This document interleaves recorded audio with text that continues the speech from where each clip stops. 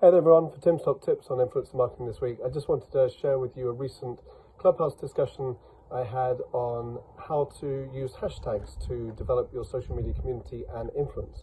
I was joined by Daniel Guzman from Mercer, Anita Vaselli at Ericsson, Brito from Zeno Group, Fanzo, Evan Castle, and Ian Gertler from Citrix. So, hashtags are a really misunderstood part of social strategy. A lot of people use hashtags to try and amplify their content. Yes, that's important, but there's so much more to it than that. So here's an acronym that hopefully should help you understand their true potential. The acronym is SCREAM. So S stands for search. Of course, if you put a hashtag in your bio, people can find you more easily. That's one part to it. Also, don't forget that if you put hashtag fintech, people will expect you to be an expert in that topic. So don't just put any hashtags in your bio. Third of all, part of the search, that what you could do is you can start searching for hashtags and starting to listen in to that particular community. So the C stands for community.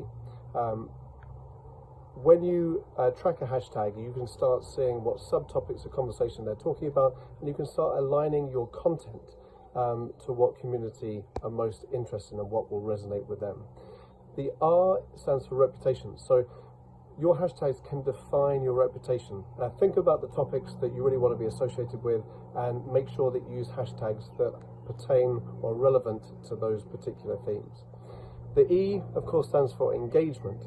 So hashtags are all about trying to be part of that community. So hashtags get you to engagement, but obviously make sure that you're social and you actually engage thereafter, because that's what's going to propel your reach and amplification moving forward.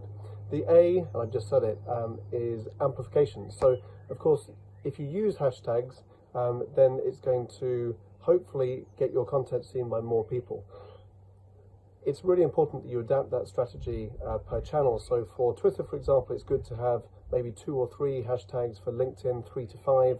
For Instagram, the sweet spot is around about 11, but you can use up to 30, and on Facebook it's 1 to 2. So make sure you use the correct amount of hashtags for the channel. Also, when you're looking at LinkedIn in a B2B context, Daniel Guzman talked about thinking about which hashtags to use like a sandwich. So use the big industry hashtags, maybe like the bread, and then your meat could be a hashtag which is not as big as the big industry hashtags, but might be more relevant or niche. So it could be that your big hashtag is HR, for example, and your meat is future of work. Then look at the condiments and add in, it could be a personal brand hashtag. So Fanzo has pressed the down button hashtag, which is synonymous with his personal brand, and that works really, really well for him. So think about the big hashtags, the small hashtags, and also the ones which might deliver a personal brand or a campaign hashtag as well.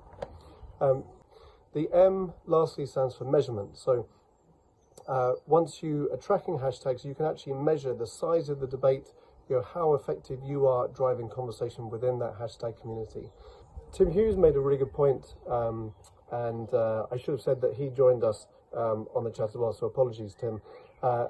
He was making a really good point that creating new hashtags can create an echo chamber, and that's not very good for social selling programs.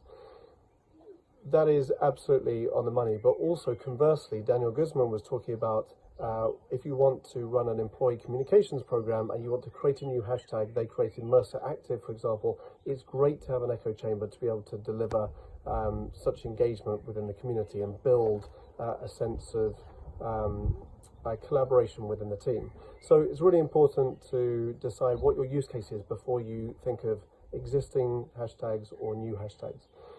Whatever you do, make sure you're consistent. Stories is a whole new ball game, so we'll tackle that another day on Clubhouse. I hope this is helpful. Had some wonderful contributions, as I said. Anita Vaselli was talking a lot about the guidance that Ericsson are giving their teams, using certain things like hashtag AI on Twitter, but hashtag artificial intelligence on LinkedIn, because it has a much larger community, for example. So as a central social media team, think about the training, the online training, the playbooks, the coaching sessions that you can give to your organization to be able to provide guidance to a lot of people that really don't know what they're doing and are using a lot of hashtags left, right and centre. Lastly, don't use a sentence hashtag.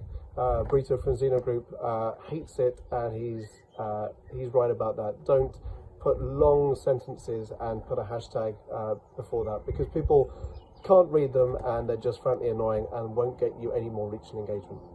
I hope that's useful. Thank you again to everyone that participated, and I will be writing up a LinkedIn article, so check that out as well. See you soon.